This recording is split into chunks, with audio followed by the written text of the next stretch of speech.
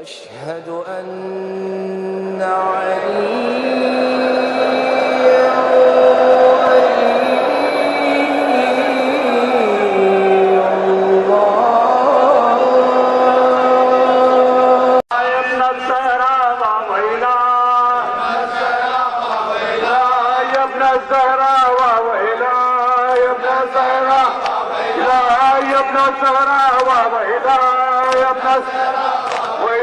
يا ابن الزهراء وإلهي مرحبا لا وإله لا حول ولا قوة إلا بالله العلي العظيم. أعوذ بالله من الشيطان اللعين الرجيم. بسم الله الرحمن الرحيم.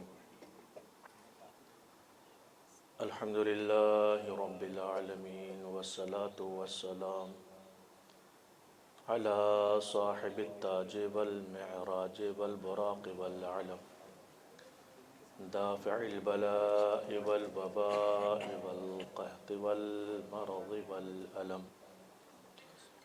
اسمه مكتوب مرفوع منقوش منور معطر مطهر في البيت والحرم. شمس ضحى بدر الدجى صدر العلا كهف الورى مصباح الظلم.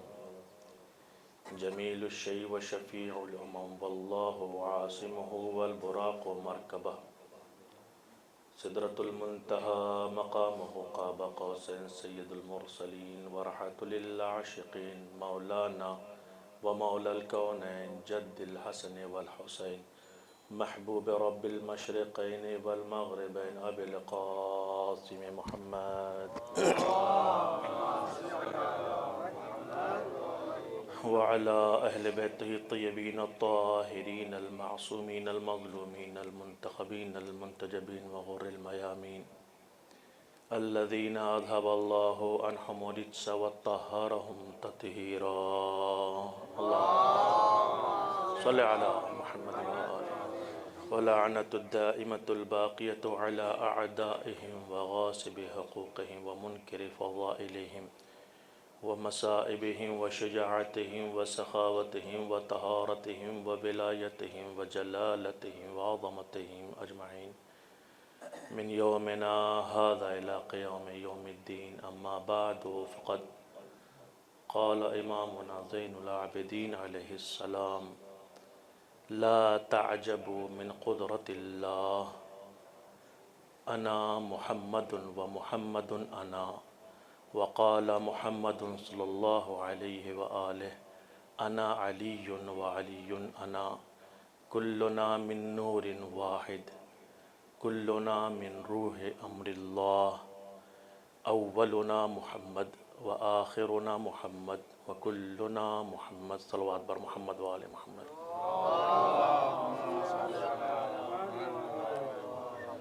محترم اور معزز سامعین اکرام، بزرگان سے معذرت چاہتے ہوئے کچھ معروضہ پیش کر رہا ہوں۔ امام زین العابدین علیہ السلام اللہم صلی علی محمد وآلہ محمد ارشاد فرماتے ہیں: لا تعجبوا من قدرت اللہ، اللہ کی قدرت پر تعجب نہ کرنا۔ انا محمد و محمد انا، میں محمد ہوں اور محمد میں۔ وقال رسول اللہ صلی اللہ علیہ وآلہ وسلم، اور نبی کریم صلی اللہ علیہ وآلہ وسلم نے ارشاد فرمایا: لا تعجبوا من امر اللہ، اور اللہ کے امر پر تعجب نہ کرنا۔ انا علی و علی انا، میں علی ہوں اور علی میں۔ کلنا من نور واحد، ہم سب ایک ہی نور سے ہیں۔ کلنا وروحنا من امر اللہ، اور ہم سب کی روح امر الہی میں سے ہے۔ اولنا محمد، ہمارا اول بھی محمد ہے۔ و اوسطنا محمد، اور ہمارا اوسط بھی محمد ہے، وآخرنا محمد، ہمارا آخر بھی محمد ہے، وکلنا محمد، ہم سب کے سب محمد ہیں۔ ایک صلوات پڑھیں بار محمد و آل محمد۔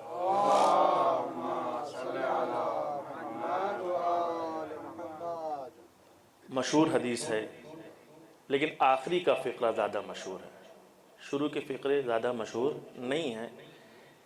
نبی کریم صلی اللہ علیہ وآلہ وسلم اور چوتھے امام نے، دونوں نے، ایک نے لا تعجبو کہا من قدرت اللہ، دوسرے نے لا تعجبو من امر اللہ، تعجب نہ کرنا، دنیا حیران و شجدر و پریشان ہے کہ یہ کیسے ممکن ہے کہ 12 یا 14 ہیں الگ الگ، لیکن رفتار ایک ہے، گفتار ایک ہے، سیرت ایک ہے، منہج ایک ہے، طریقہ ایک ہے، یہ ساری چیزیں ایک کیسے ہیں؟ تو نبی نے اور امام نے پہلے ہی حجت تمام کر دی کہ اس میں تعجب نہ کرنا، یہ امر الہی میں سے ہے، یہ قدرت الہی میں سے ہے۔ اب اگر کوئی ان میں کوئی شک کر رہا ہے تو امر الہی میں شک کر رہا ہے، قدرت الہی میں شک کر رہا ہے۔ ایک صلوات پڑھیں ایک بار محمد و آل محمد۔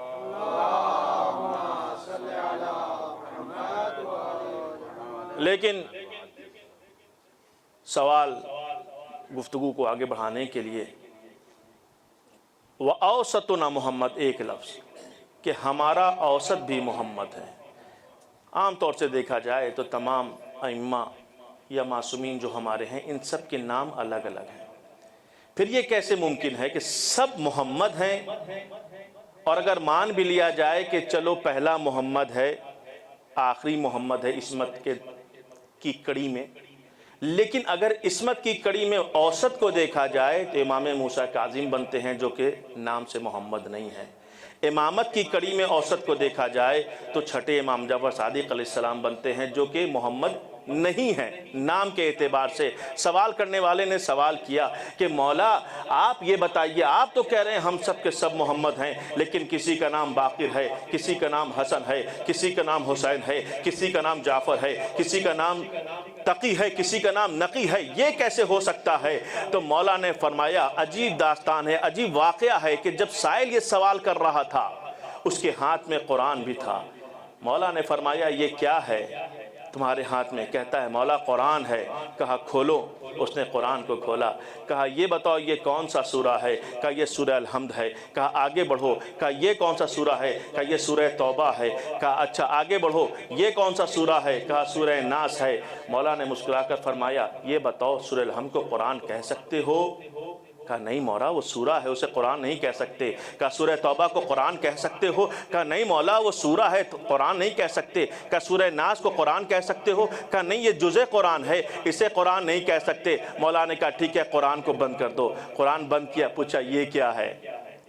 کہا مولا قرآن ہے۔ کہا جب میں سورے کے بارے میں پوچھ رہا تھا تو تم نے کہا وہ قرآن نہیں ہے۔ سورہ الحمد اپنی جگہ پر اس کا نام ہے، سورہ توبہ اپنی جگہ پر نام ہے، سورہ بقرہ اپنی جگہ پر نام ہے، جتنے بھی 114 سورے ہیں سب کے نام الگ الگ ہیں، لیکن جیسے ہی دفتین میں آ گئے، دائرہ قرآن میں آ گئے، اب الحمد بھی قرآن بن گیا، بقرہ بھی قرآن بن گیا، سورہ طٰہٰ بھی قرآن بن گیا، جتنے سورے ہیں سب قرآن بن گئے۔ مولا نے مسکرا کر فرمایا تیرا جواب تجھے مل گیا، ہم میں کوئی محمد ہے، کوئی علی ہے، کوئی باقر ہے، کوئی تقی ہے، کوئی نقی ہے، کوئی صادق ہے، کوئی اور ہے، دی تمام نام ہے، لیکن جیسے ہی دائرہ محمدیت میں آ گئے ہمارا اول بھی محمد ہو گیا، اوسط بھی محمد ہو گیا، آخر بھی محمد ہو گیا، ہم کل کے کل محمد ہو گئے۔ صلوات پڑھیں بر محمد والے۔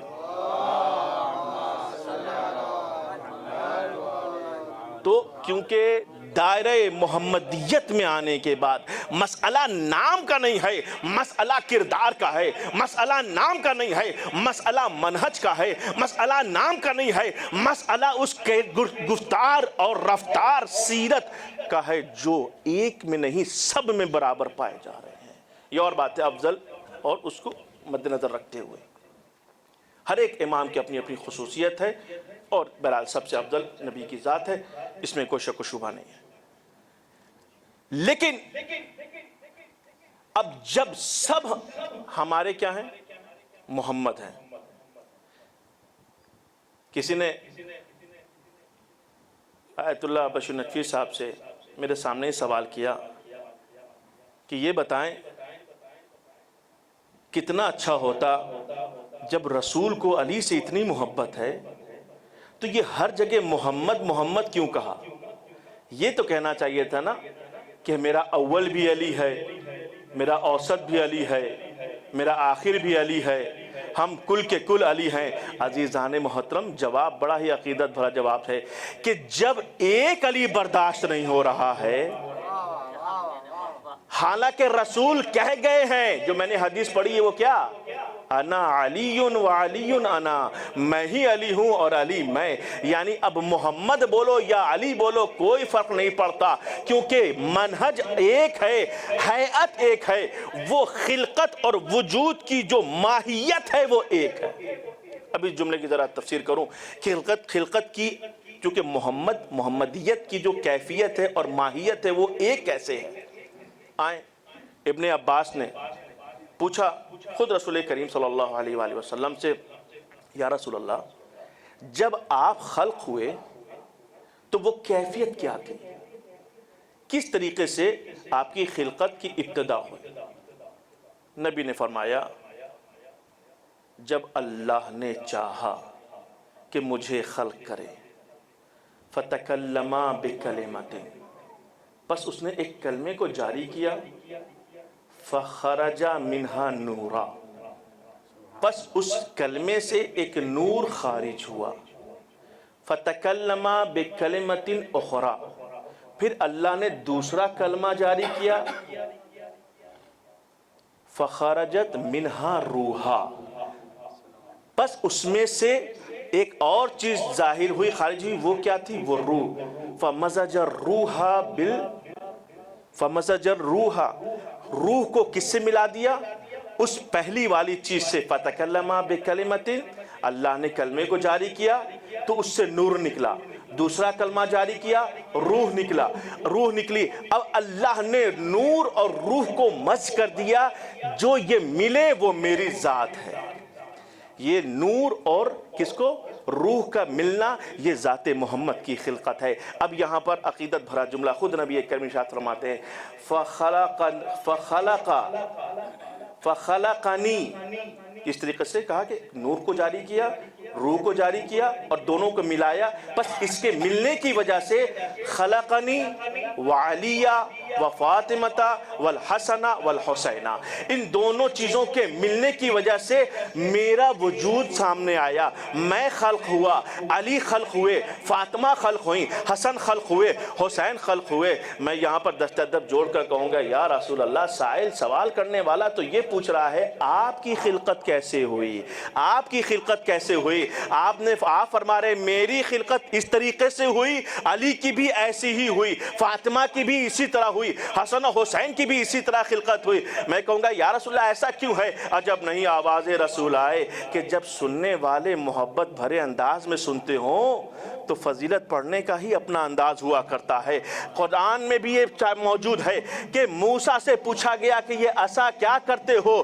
موسیٰ بتا دیتے کہ عصا کا کام کیا ہے، میں اس سے جانوروں کو چراتا ہوں، بس ختم تھا۔ لیکن اس کے فضیلت، اس کے فضائل پڑھ رہے ہیں، کیوں؟ بتانا چاہ رہے ہیں کہ اگر سننے والا محبت کے دائرے میں سن رہا ہے تو سنانے میں بھی مزہ آتا ہے۔ اگر سائل سوال کرنے والا ابن عباس ہے جس کے دل میں عشق اہل بیت ہے، سوال ولو میرے لیے تھا، لیکن ساتھ میں دو وجہ بیان کی۔ ایک وجہ تو یہ کہ سننے والوں کو یہ مل جائے کہ خلقت کیسے ہوئی، اور ساتھ میں یہ بھی معلوم ہو جائے کہ جو ماہیت وجود میں، خلقت میں، آمد میں نبی کی ہے، وہی ماہیت علی و فاطمہ و حسن و حسین کی ہے۔ ایک صلوات پڑھیں بر محمد و آل محمد۔ جلدی جلدی گفتگو کو آگے بڑھاؤں تو یہ ان کی ماہیت ایک ہے۔ کس کی ماہیت؟ اہل بیت اطہار علیہ السلام کی۔ یہ کب خلق ہوئے؟ جناب آدم کی خلقت سے ہزاروں سال پہلے یہ نور خلق ہوا، لیکن یہ نور، اس میں ایک خاص نور ہے جس میں خاص چیز بھی حاصل ہے، اس کی طرف اشارہ کرنے چلا ہوں۔ یہ جو انوار خمسہ مشہور ہے، روایتیں موجود ہیں اور آپ ہم سے بہتر جانتے ہیں، سوائے نور فاطمۃ الزہرا سلام اللہ علیہا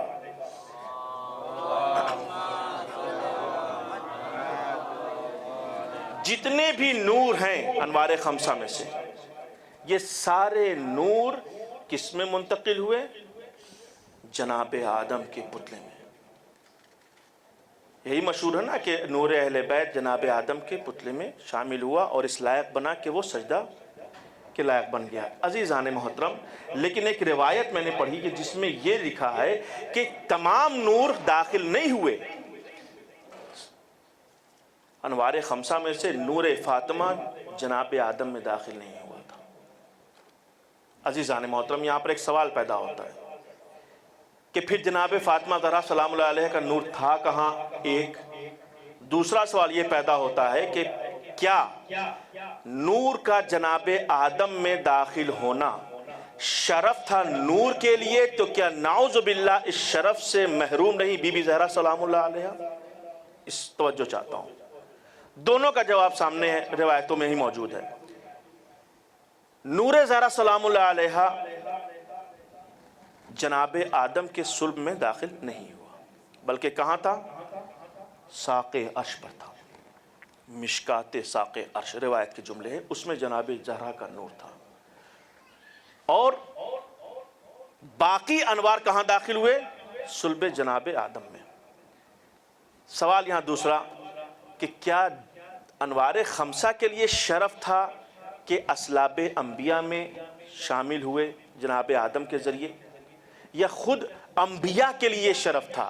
عزیزان محترم، بدیہی جواب ہے کہ قطعاً یہ نہیں ہو سکتا کہ انوار خمسہ کے لیے شرف بنے صلب میں منتقل ہونا، نہیں، بلکہ یہ تمام انبیاء کے ان اسلاب کے لیے شرف تھا جس میں یہ انوار مقدسہ منتقل ہو کر آئے۔ عزیزان محترم، لیکن دلیل بھی دینی پڑے گی۔ دلیل یہ ہے کہ جب تک جناب آدم کا پتلا نور سے متصل نہیں ہوا تھا، لائق سجدہ نہیں تھا۔ جب اللہ نے کہا کہ میں اس میں روح پھونک دوں تب اس کا سجدہ کرنا، عزیزان محترم پتہ چلا کہ سجدہ جناب آدم کے پتلے کا نہیں ہو رہا تھا۔ جب تک کہ وہ مقدس نہیں ہوئے سجدہ نہیں ہوا، جیسے ہی یہ نور منتقل ہوا لائق سجدہ بنے۔ اس کا مطلب ہے شرف مل رہا ہے آدم کو اس نور سے، اسی طریقے سے جس نسل میں جس صلب میں یہ نور نبی اور امام منتقل ہوتا رہا ان کے لیے شرف بنتا چلا گیا۔ لیکن عزیزان محترم، جب اتنی بات ثابت ہو گئی کہ شرف ہے کون؟ ان کا نور منتقل ہونا انبیاء کے اسلاف کے لیے، تو یہ اشکال بھی رفع ہو گیا، ختم ہو گیا، دفع ہو گیا کہ کیا وہ فضیلت جو انبیاء جو یہ ائمہ کے نور کو جناب انوار خمسہ میں سے باقی نوروں کو حاصل ہوا اس سے جناب زہرا محروم رہے؟ نہیں، یہ ختم، جبکہ وہ شرف ہے ہی نہیں تو یہ اشکال ہی وارد نہیں ہوتا۔ لیکن سوال ایک یہ بھی ہے کہ کیا وجہ تھی، وہ کیا خاص بات تھی کہ جس کی وجہ سے اللہ نے نور فاطمۃ الزہرا سلام اللہ علیہا کو انبیاء کے صلبوں میں منتقل نہیں کیا بلکہ ساق عرش پر، مشکات ساق عرش پر اسے منور رکھا؟ کب تک؟ جب تک نبی معراج پر نہیں گئے۔ کئی سو سال گزرنے کے بعد جب معراج پر گئے تو یہ تحفہ نور کا جناب رسول خدا کو ملا۔ عزیزان محترم کیا وجہ تھی؟ تو عزیزان محترم دو چیزیں اس کے اندر پائی جاتی ہیں، ایک علم الہی کا کمال ہے اور ایک حکمت الہی کا کمال ہے۔ توجہ چاہتا ہوں، جملے کی قدر کیجئے گا اور ایک فکر دے رہا ہوں، اگر خطا ہوگی اصلاح کیجئے گا۔ بہرحال تو دو چیزیں ہیں۔ کیا وجہ تھی کہ اللہ نے نور فاطمۃ الزہرا کو انبیاء کے اسلاب مطہرہ میں منتقل نہیں کیا بلکہ جنت میں رکھا، مشکات شاق عرش میں رکھا؟ یہ جو کہا جاتا ہے نا کہ، اور روایت کے جملے ہیں کہ جناب زہرا کا نور کہاں تھا؟ کہا جنت میں تھا۔ عقیدت بھرا جملہ کہہ دوں، مجھے پتہ نہیں کہ جناب زہرا کا نور جنت میں تھا یا جب جناب زہرا کا نور رکھا گیا وہ جگہ جنت بن گئی۔ عزیزان محترم لیکن یہ نور جنت میں، اب جنت پہلے سے رہی ہو یا جنت بن گئی یہ علم الہی جانتا ہے، لیکن کیا وجہ تھی؟ علم الہی عزیزان محترم یہ فرق ہے، توجہ چاہتا ہوں، علم الہی اور ہمارے علم میں یہی فرق ہے کہ علم الہی عالم المتغیرات ہے، وہ تغیرات کا عالم ہے، ہمارا علم تغیرات کی بنیاد پر علم بنتا ہے، توجہ ہے نہیں؟ یعنی ہم جیسے جیسے ہمارے علم کی ترقی ہوتی جاتی ہے ہمارے علم میں اضافہ ہوتا جاتا ہے۔ بچپن میں ہم نے الف ب پڑھا، اس کے بعد جب ہم نے حرف کو حرف سے ملانا شروع کیا تو ہم نے لفظ کو سمجھنا شروع کیا، لفظ کو لفظ سے ملانا شروع کیا، جملہ بنانا شروع کر دیا، جملہ سمجھنے لگے، جملے کو جملے سے ملانا شروع کیا تو ہم نے بات کرنا شروع کر دی۔ عزیزان محترم جیسے جیسے تغیر ہوتا گیا ہمارا علم بڑھتا چلا گیا۔ ایسا علم اللہ کا نہیں ہے، اللہ کا علم ذات ہے، اس کی ذات ہے، یعنی وہ تغیرات کا عالم ہے، عالم التغیرات ہے۔ وہ جیسے جیسے بدلتا ہے علم نہیں بدلتا اس کا، بلکہ وہ عالم ہے کس چیز کا کہ یہ چیزیں اس طریقے سے تغیر ہوں گی، یہ چیزیں ایسے بدلیں گی، وہ مکمل علم رکھتا ہے۔ عزیزان محترم علم الہی میں حجاب فاطمۃ الزہرا ہے، علم الہی میں حجاب فاطمۃ الزہرا تھا کہ زہرا خاک کا پیکر بننے کے بعد کس طریقے سے اپنے آپ کو حجاب میں رکھیں گی۔ وہ علم الہی اس احترام میں زہرا کو کبھی حجاب عفت میں رکھتا گیا، کبھی حجاب عصمت میں رکھا، کبھی حجاب امامت میں رکھا، کبھی حجاب نبوت میں رکھا، کبھی حجاب عرفان میں رکھا۔ گویا اللہ نے اپنے علم کے مطابق زہرا کے حجاب کا تقدس برقرار رکھتے ہوئے یہ نہیں چاہا کہ جیسے تمام عورتیں کائنات کی اپنے آباء و اجداد کے صلبوں سے ہو کر آئی ہیں، زہرا بھی آباء و اجداد کے صلب سے ہو کر آئے نہیں، بلکہ زہرا کا جب حجاب اتنا مقدس ہے تو صحیح اللہ اس کے حجاب کو اس طریقے سے باقی رکھے گا کہ نور کسی بھی نبی کے صلب میں داخل نہیں ہوگا، اگر ہوگا تو ڈائریکٹ جنم معراج کی شب رسول کے صلب میں داخل ہوگا۔ ایک صلوات پڑھیں بر محمد والے۔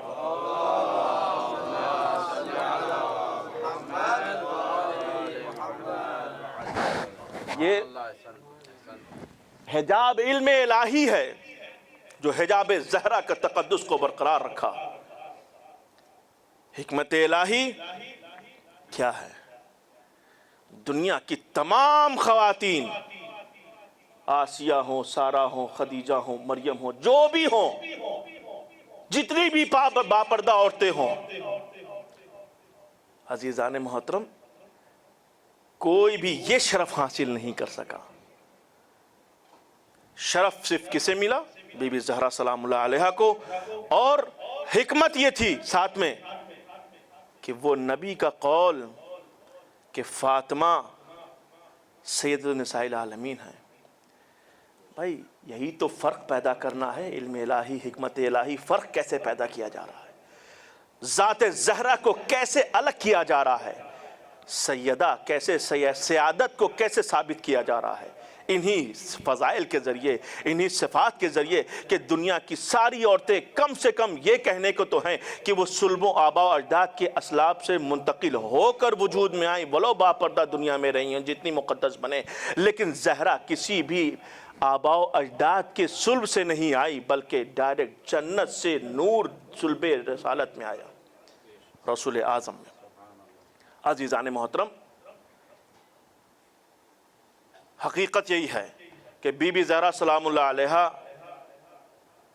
مرتبے میں، یہ ظاہری مرتبہ یقیناً اس میں کوئی شک نہیں ہے کہ نبوت، امامت یہ اپنی جگہ پہ مقدس، محترم ساری چیزیں ہیں، لیکن وہ عنصریت، وہ چیزیں، وہ صفات جو نبوت میں تھیں، امامت میں تھیں، وہ دونوں جناب زہرا کے اندر موجود تھیں۔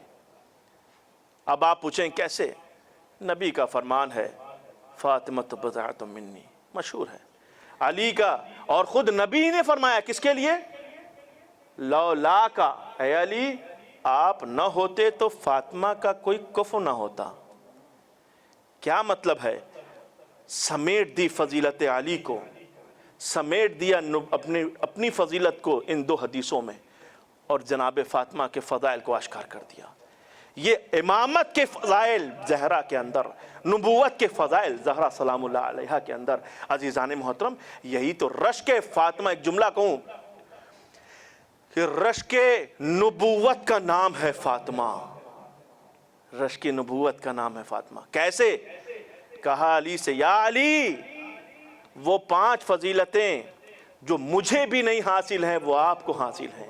اس میں ایک سب سے جو بڑی فضیلت کیا تھی وہ یہ ہے کہ جیسی بیوی آپ کو ملی فاطمہ کی شکل میں مجھے نہ ملی۔ یہ رشک ہے رسول کا۔ عزیزان محترم، رشک ہوئے رسول کی، کف ہیں علی کی۔ عزیزان محترم، علی اگر باب مدینۃ العلم ہیں تو زہرا مرکز میزان علم ہے۔ اگر علی شجاع ہیں تو شجاعت فاطمہ ان کی آخری زندگی میں دیکھ لیں، اس کو بعد میں بیان کروں گا۔ علی کے فضائل بے پناہ ہیں، ہم لوگ پڑھتے چلے آتے ہیں، سنتے چلے آتے ہیں، لیکن عزیزان محترم وہ سارے صفات آپ اگر دیکھیں تو کیا ہیں؟ نبی کہہ گئے کہ اگر علی سے محبت ہے تو سمجھو کہ رسول سے محبت ہے۔ وہیں پر رسول نے کہا اگر فاطمہ سے محبت ہے تو مجھ سے محبت ہے، اگر مجھ سے محبت ہے تو اللہ سے محبت ہے۔ یعنی رسول کی محبت کہاں کہاں ثابت ہوگی؟ 2 مرکز ہیں، علی میں، فاطمہ میں۔ رسول سے بغض کہاں ثابت ہوگا؟ کہا اگر علی سے بغض ہے تو رسول سے بغض ہے، فاطمہ سے بغض ہے تو رسول سے بغض ہے۔ یعنی محبت رسول اور عداوت رسول کا مرکز کوئی بن رہا ہے تو علی و فاطمہ بن رہے ہیں۔ عزیزان محترم یہی وجہ ہے کہ اب دیکھ لیں کہ حکم دونوں کے لیے رسول نے کیا۔ صلوات پڑھے بر محمد و آل محمد۔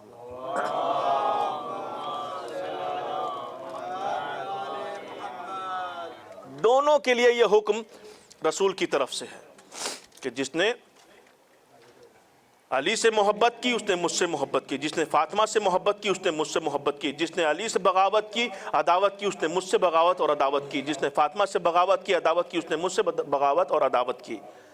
عزیزان محترم لہذا محبت ضروری ہے بی بی زہرا سلام اللہ علیہا سے۔ وہ بد نصیب ہے انسان کہ جس کے دل میں عشق فاطمۃ الزہرا نہیں ہے۔ لیکن یہاں پر ایک بات عرض کرنا چاہوں گا، گفتگو کو بڑھاتے ہوئے تھوڑا وقت لوں گا آپ کا۔ ایک صلوات پڑھے بر محمد و آل محمد۔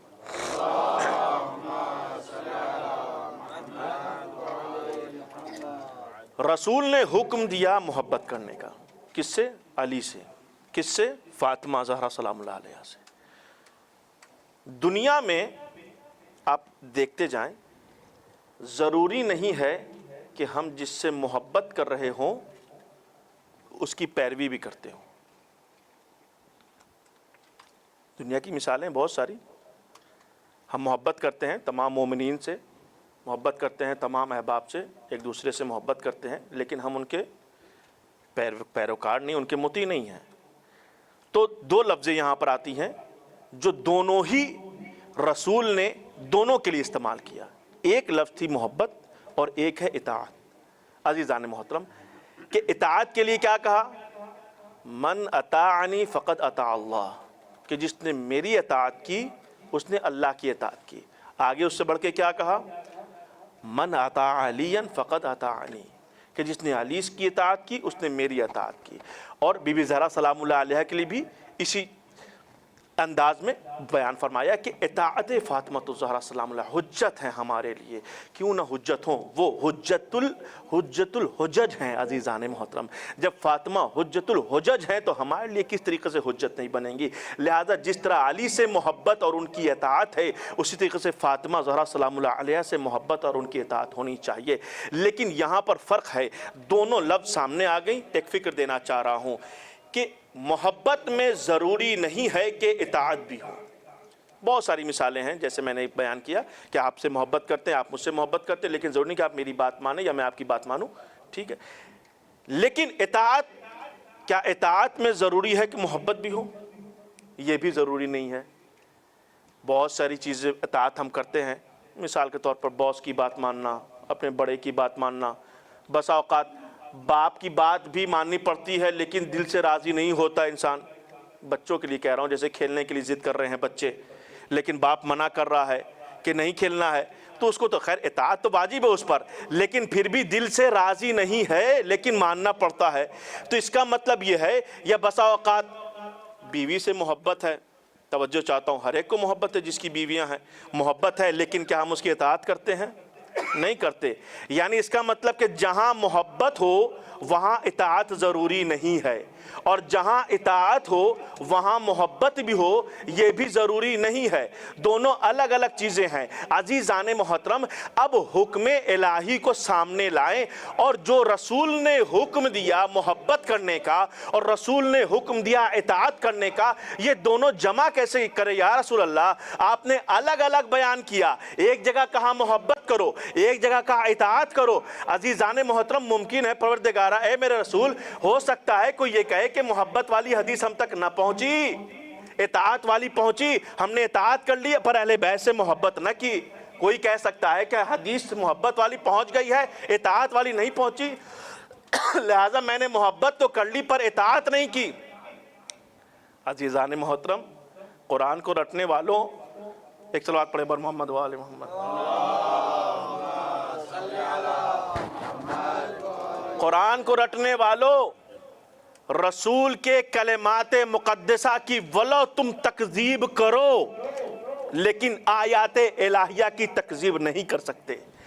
اگرچہ محبت الگ شے ہے، اطاعت نہیں ہے اس میں، اطاعت الگ شے ہے، محبت نہیں ہے اس میں، لیکن قرآن نے ایک ایسے لفظ کو لا کر اجر رسالت قرار دے دیا کہ جس میں محبت بھی ہے اطاعت بھی ہے۔ کہا قل لا اسألکم علیہ اجرا الا المودۃ فی القربى، یہ مودت وہ ہے کہ جو بنا محبت بنا اطاعت کے صادق نہیں ہو سکتی۔ اب تم لاکھ جان چھڑاؤ یہ کہہ کر کہ حدیث محبت نہیں آئی یا حدیث اطاعت ہم تک نہیں پہنچی، قرآن کہہ رہا ہے مودت کرو۔ پتا چلا اگر اہل بیت سے مودت کرنا ہے تو محبت بھی کرو، ان کے قدم پر قدم بھی رکھو، ان کے اعمال کے ساتھ جیسا وہ کرتے تھے ویسے ہی کرو، جیسا وہ بولتے تھے ویسا بولو، جیسا وہ سوچتے تھے ویسا سوچو، ذکر بھی ویسی ہو فکر بھی ویسی ہو۔ ایک صلوات پڑھے بر محمد والی۔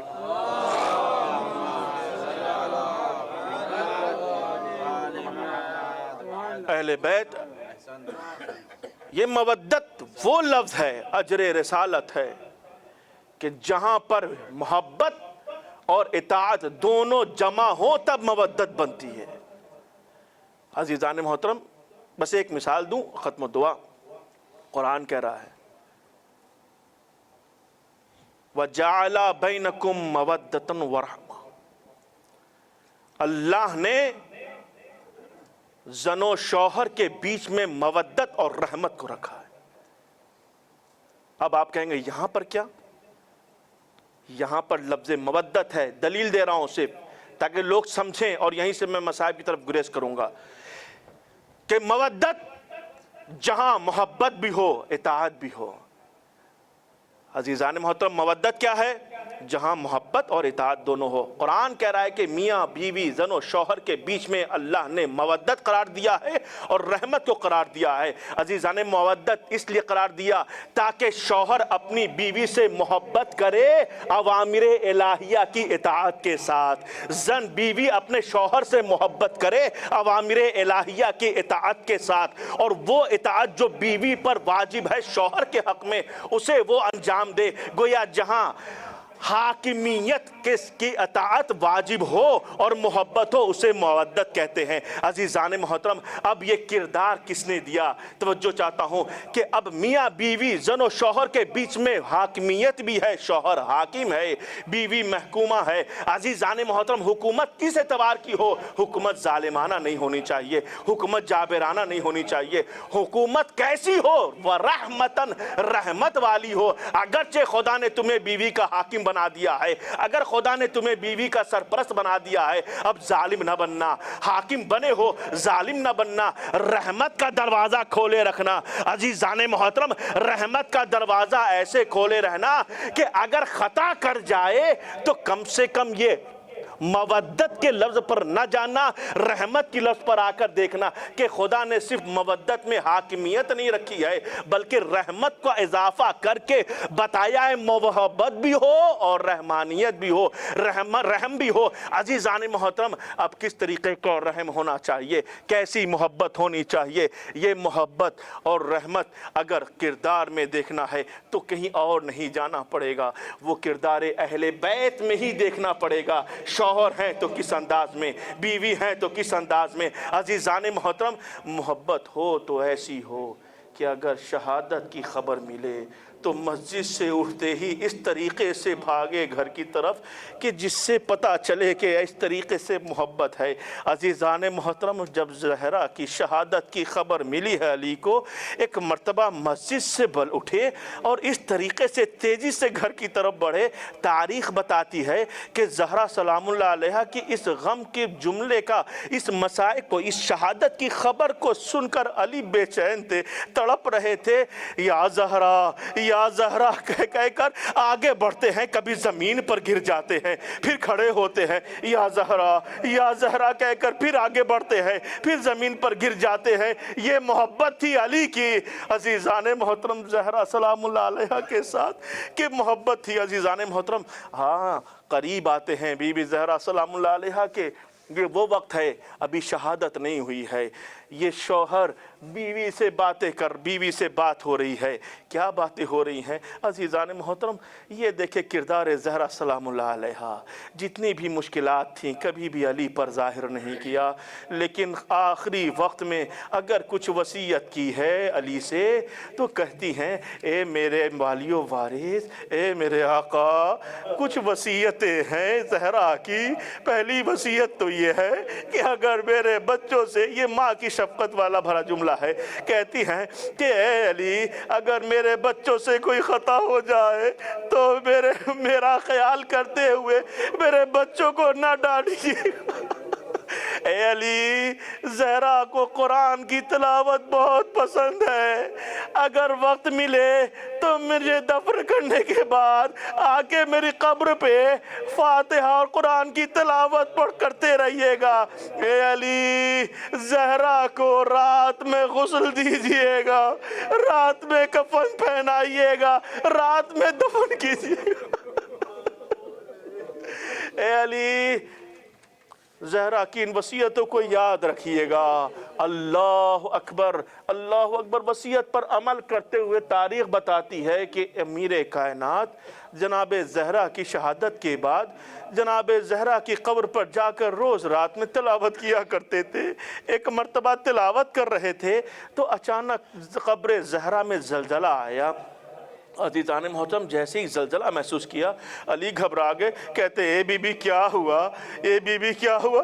کہ آواز آتی ہے، اے علی، اے علی، ذرا جلدی سے گھر واپس چلے جائیے، میری بیٹی زینب بستر پہ کروٹیں بدل رہی ہے، اپنی ماں کو تلاش کر رہی ہے۔ اللہ اکبر، یہ ہے محبت فاطمۃ الزہرا کی اپنے بچوں سے، یہ ہے کردار زہرا۔ ہاں عزادارو، یہی وجہ تو تھی کہ ایک مرتبہ ام البنین سلام اللہ علیہ یہ روایت نقل کرتی ہیں کہ شہادت زہرا سلام اللہ علیہ کے بعد کچھ عرصہ گزرا تھا کہ ایک مرتبہ دیکھتی ہیں کہ ام کلثوم ہیں، ایک گھر کے کونے میں کنارے میں بیٹھ کر آنسو بہا رہی ہیں، رو رہی ہے۔ جناب ام البنین آگے بڑھی، پیار کیا، کہا اے بی بی کیا وجہ ہے کہ تم رو رہی ہو؟ ایک مرتبہ جب پیار ملا نا تو جناب کلثوم ایک جملہ کہتی ہیں، اے اماں ذرا یہ بتائیے میری ماں کی عمر ہی کیا تھی اور میری ماں نے خطا کیا کی تھی؟ اے اماں یہ بتائیے میری ماں نے خطا کیا کی تھی کہ جو میری ماں کے پہلو پر جلتا دروازہ گرایا گیا؟ اے اماں میری ماں نے کیا خطا کی تھی کہ میرے ماں کے پہلو کو شکستہ کیا گیا، میرا بھیا محسن شہید ہو گیا؟ اللہ اکبر۔ جناب زینب نے جب یہ جملہ سنا نا، ایک مرتبہ جناب زینب نے جناب کلثوم کو بڑا ہی پیار کیا، گلے لگایا۔ ایک مرتبہ جناب کلثوم کو جب دلاسا دیا نا تو کہتی ہیں، ایک محبت بھرا جملہ کہتی ہیں جناب کلثوم، اے بہن زینب، آج اماں کی بہت یاد آ رہی ہے، آج اماں کی بہت یاد آ رہی ہے۔ اللہ اکبر، اللہ اکبر۔ جیسے ہی جناب بہن نے بہن کا یہ درد بھرا جملہ سنا، زینب نے گلے لگا لیا۔ اب زینب کو بھی رونا آ رہا ہے، کلثوم بھی رو رہی ہے۔ اللہ جانے زہرا قبر میں کیسے تڑپ رہی ہوں گی، لیکن ایک مرتبہ کردار نبھانے والی ماں کا کردار نبھانے والی ام البنین نے گلے لگایا، پیار کیا۔ ہاں زاداروں، یہ ہے محبت۔ لیکن عزیزان محترم، کون کون سے مصائب جناب زہرا کے یاد کیے جائیں؟ ہر ایک پہلو اپنے آپ میں مکمل مصائب ہے۔ کیا جناب زہرا کے تماچے کے مصائب پڑھے جائے؟ الگ ایک مصیبت ہے۔ کیا زہرا کو غسل و کفن کے منزل کو پڑھا جائے؟ الگ ایک مصیبت ہے۔ کیا زہرا سلام اللہ علیہا کا گھر میں بیٹھ کر رونا، بیت الحزن میں جا کر رونا، یہ الگ ایک مصائب ہے۔ زہرا کا پہلو شکستہ ہونا الگ ایک مصائب ہے۔ زہرا کا محسن شہید ہونا الگ ایک مصائب ہے۔ زہرا کا دربار میں جانا یہ الگ ایک مصائب ہے۔ جناب زینب کہتی ہیں، جناب کلثوم کہتی ہیں، اے بہن زینب، میں نے سنا ہے کہ جب اماں زہرا دربار میں گئی تھی تو کسی نے میری ماں کو بیٹھنے کو بھی نہیں کہا۔ اللہ اکبر۔ بس اسی روایت کو پڑھ کے ختم و دعا کروں گا۔ عزیزان محترم، وہ واقعہ بیان کروں، زہرا کا دربار میں جانا۔ اللہ اکبر۔ زہرا دربار میں کیسے گئی ہیں سنیں گی۔ زہرا سلام اللہ علیہا نے فضہ کو بلایا، کہا اے فضہ، بنی ہاشم کی عورتوں سے کہہ دو کہ زہرا آج دربار جا رہی ہے، زہرا آج دربار جا رہی ہے۔ عزیزان محترم، دنیا میں یہی مشہور ہے کہ فدق لینے گئی تھی زہرا، حق لینے گئے، جس کے صدقے میں کائنات خلق ہوئی ہو، جس کے نور کے صدقے میں زمین و آسمان خلق ہوا ہو، اس کے لیے فدق کی کیا اہمیت ہوگی۔ عزیزان محترم، امامت اور نبوت کا مقصد جو تھا، اس کی حفاظت کے لیے زہرا دربار گئی تھی۔ اور جب دربار جانے لگی، جناب فضہ سے کہا بنی ہاشم کی عورتوں کو بلاؤ۔ اللہ اکبر۔ بنی ہاشم کی عورتیں آئیں، جب آ گئیں تو جناب فضہ سے کہا اے فضہ، فلاں صندوق میں میرے بابا کا امامہ رکھا ہے، ردا رکھی ہے اور عصا رکھا ہے، وہ لے کر آؤ۔ اللہ اکبر۔ جناب زہرا سلام اللہ علیہا نے عصائے رسول کو پکڑا، رسول کی عبا کو الٹ کر اپنے کاندھے پر ڈالی، امامہ رسول کو کھول کر اپنے سر پر رکھا۔ عزیزان محترم، اب گھر سے نکلی ہیں، اللہ اکبر، جناب زہرا آگے آگے چل رہی ہیں، تمام بنی ہاشم کی عورتیں ساتھ ساتھ جا رہی ہیں۔ جب پہنچی، دربار میں پہنچی ہیں، اور سارا واقعہ میں نہیں پڑھنے جا رہا ہوں، بس دربار میں پہنچی ہیں، وہ دستاویز پیش کیا۔ اللہ اکبر۔ دستاویز کا پھاڑا جانا، زہرا کے منہ پر پھینکا جانا، قیامت ہو گئی۔ اہل سنت کے عالم مفسر فخر الدین رازی کہتے ہیں کہ تاریخ بتاتی ہے کہ جب زہرا دربار میں گئی تھی تو عصا پکڑ کر اپنے قدموں کے طاقت کے ساتھ چلتے ہوئے گئی تھی، لیکن عزیزان محترم، جب زہرا دربار سے نکلی ہے، اللہ جانے کیا مصیبت زہرا پر پڑی کہ زہرا کا ایک ہاتھ کسی بی بی کے کاندھے پر، دوسرا ہاتھ دوسری بی بی کے پیر کو گھسیٹتے ہوئے زہرا کو دربار سے بیت الشرف تک لایا گیا۔ حسن نے دیکھا، ایک مرتبہ بڑھ کے کہا اے اماں، حق لے آئی، اے اماں، حق لے آئی۔ زہرا نے کوئی جواب نہ دیا۔ ایک مرتبہ کہا بیٹا حسن، زینب و کلثوم کو میرے پاس بھیج دو۔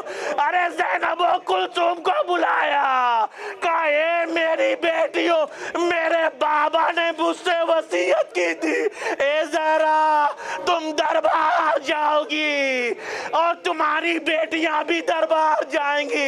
اے میری زینب و کلثوم، مجھے دربار جا کر اندازہ ہو گیا کہ دربار جانا کتنا سخت ہے۔ اے میری بیٹی، میں دربار گئی، ارے صحابیوں کا مجمع تھا، تم دربار جاؤ گی شرابیوں کا مجمع ہوگا۔ اے میری بیٹیوں، میں دربار گئی، ارے کسی کا جنازہ نہیں تھا، تم دربار جاؤ گی، میرے لال حسین کا سر ارے دست میں رکھا ہوگا، ظالم لب مبارک سے